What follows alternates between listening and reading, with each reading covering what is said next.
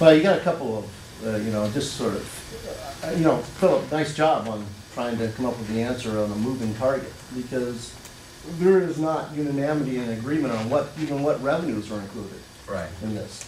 If you throw interest into the potential of being part of this, if you compare the interest that we'll receive in 2009 from Judy's investments versus just 2007, that doubles your 458,000. Okay? What you haven't put into your calculation is that the way that 1033 works, 09 being the base year, let's assume we get 15 million in revenues that are part of the calculation. If instead of 15 million, let's say in a recovery year, you get 16 million the next year. Well, you got to hold, Judy has to hold that million, and then in 2011, the property tax gets dropped by $1 million. Therefore, your revenue for 2011 from property tax goes down 1 million. That double hit has not been calculated. So you've got 458 with property tax under that scenario. There's $1,458,000 with interest in it. There's over 2 million, and you've only gone in here and calculated 458.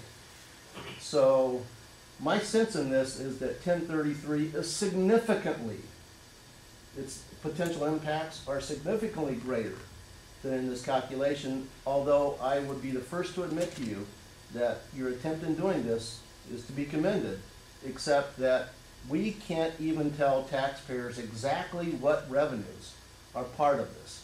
When they ask an elected official on the street, what does 1033 do? Not whether you're for or against it, what does 1033 do? We can't answer that question that we all agree to, even on the state level. But the fact, you know, one of the biggest hits on this that you haven't calculated on this is that reserve account in the property tax. That gives you $1 million less in revenue we calculate for 2011, which is going forward. So, you know, I've never, I don't hold against that Tim Eyman's the devil incarnate. I don't. I understand the rationale for Initiative 695. Car tabs were a replacement in 1938 for property tax on vehicles that assessors collected. The property tax rate was 1%. We let MVET rates go to 1.8%. We didn't depreciate the car until it was 5 years old. So if it was 4 years, 11 months old, we had the value as a brand new at 1.8.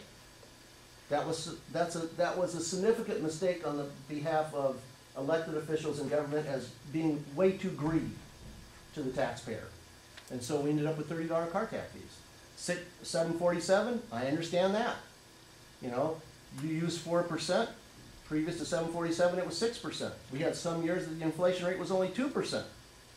If it's 2% and we're taking 6% on property taxes, we're dipping in your pocket at 3 times the rate of inflation and saying, give it to me.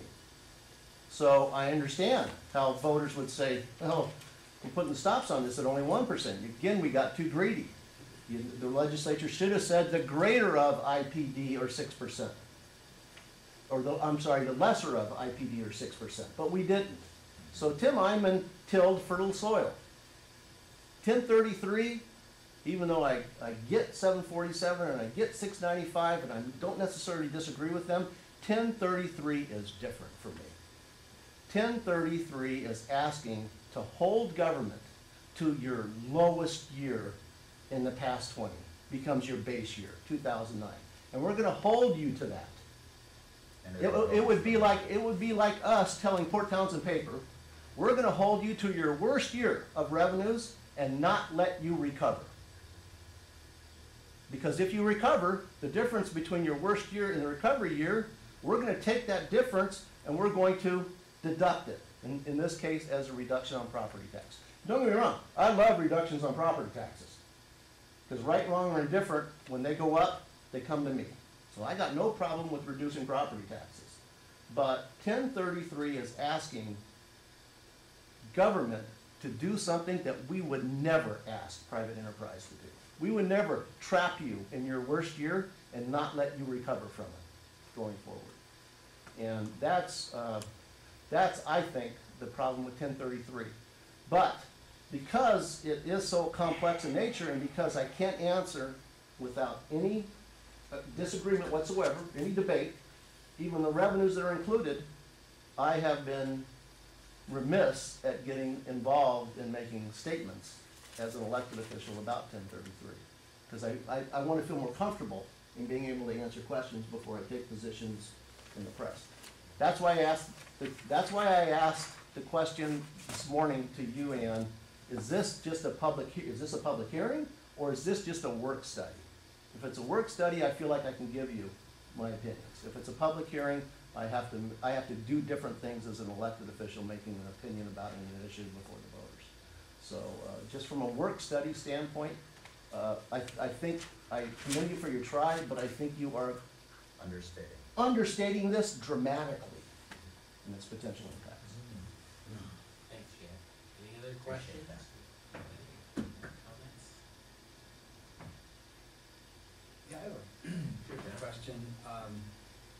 Obviously, those who support 1033 are going to make some sort of appeal to the electorate. And they'll say, yes, you're going to lose all these services, but you're going to get back something.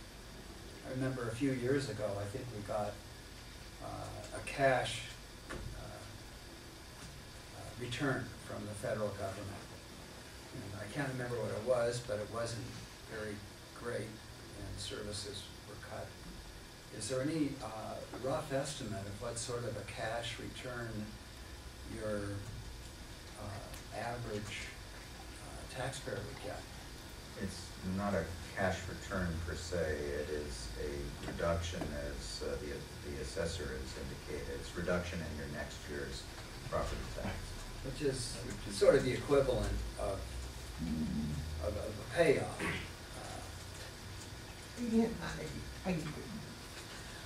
As human beings, the way that we communicate, John, I guess you could say it that way. I wouldn't. It's not like I'm giving you money. Well, say it's just that you're paying less money. I mean, how much would the average taxpayer I don't know. obligated to say? I don't know, because I don't know I can't tell you what all revenues are going to be included.